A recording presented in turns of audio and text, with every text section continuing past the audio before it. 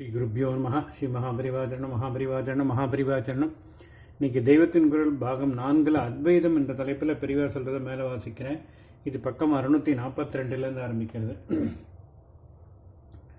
இப்படி கொள்ளுவது தள்ளுவது இரண்டாலும் உபத்திரவம். உட்கொண்ட ஆகாரம் ஜெரிக்காமல் உபத்திரவப்படுத்துகிறது, அல்லது மறுபடி அதே மாதிரி வேண்டும் என்ற அரிப்பை ஏற்படுத்துகிறது. விசர்ஜனம் ஆகாவிட்டால் வியாதி உண்டாக்குகிறது, அல்லது ஒரேடியாக போய் கை கால் ஓய்ந்து படுக்கும்படி பண்ணுகிறது.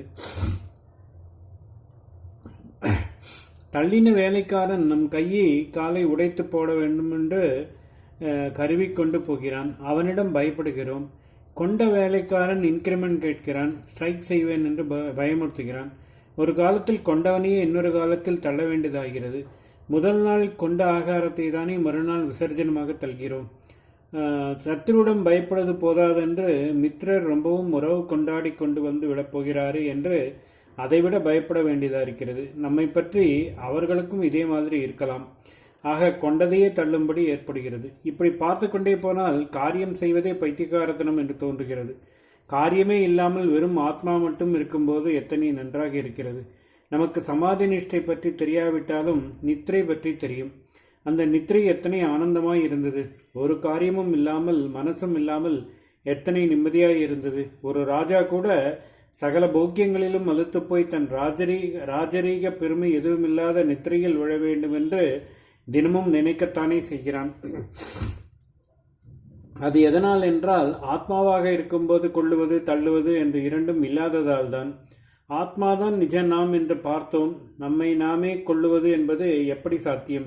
இனிமேல் தான் நாம் நம்மை கொள்ள வேண்டும் என்றால் இப்பொழுது நாம் யாராகவோ இருக்கிறோம். நாம் எப்படி நாமாக இல்லாமல் இருக்க முடியும்? நாம் எப்படி யாரோவாக இருக்க முடியும்? இந்த இரண்டுமே சாத்தியமில்லை.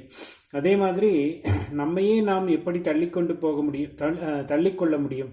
முடியுமானால் தள்ளுவது யார்? தள்ளிய பின் மிஞ்சக்கூடியது யார்? நம்மை தவிர நம்மிடம் எதுவும் இருக்க ஆதலால் ஆத்மாவை தள்ளவோ தள்ளிய பின் மிஞ்சி நிற்கவோ எவரும் இருக்க முடியாது.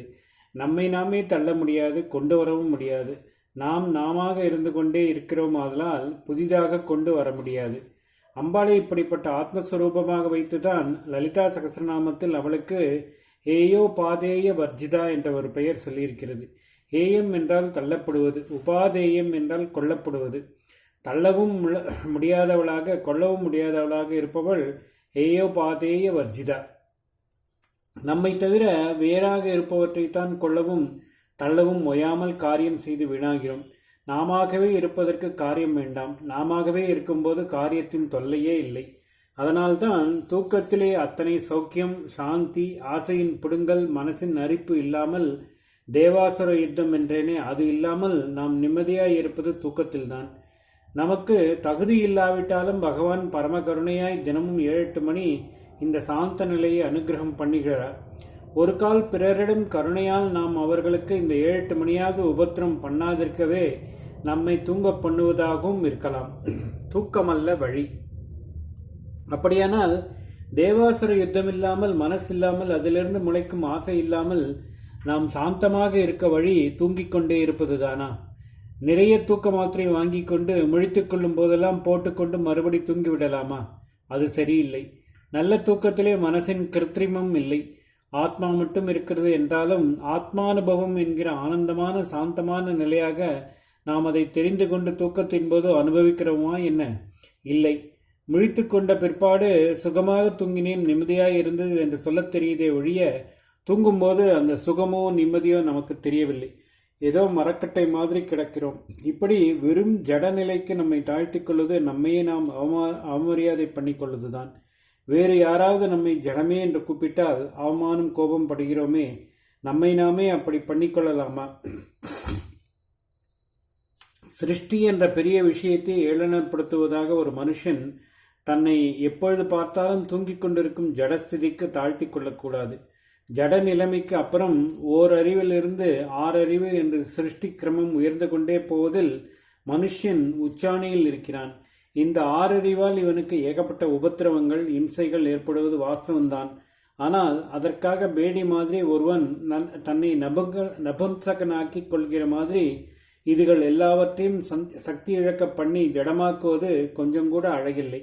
ஆறறிவுகளால் இம்சை உபத்திரம் வந்தாலும் எத்தனையோ நல்லதும் பண்ண முடிகிறதோ இல்லையோ, உசந்த தத்துவ விசாரணை, சங்கீதம், சில்பம், பொதுஜன சேவை, அன்பு, தியாகம், இப்படி எத்தனையோ நல்லவற்றிலும் கர்மேந்திரிய ஞானேந்திரியங்களையும் மனசையும் செலுத்த முடிகிறது இல்லையோ.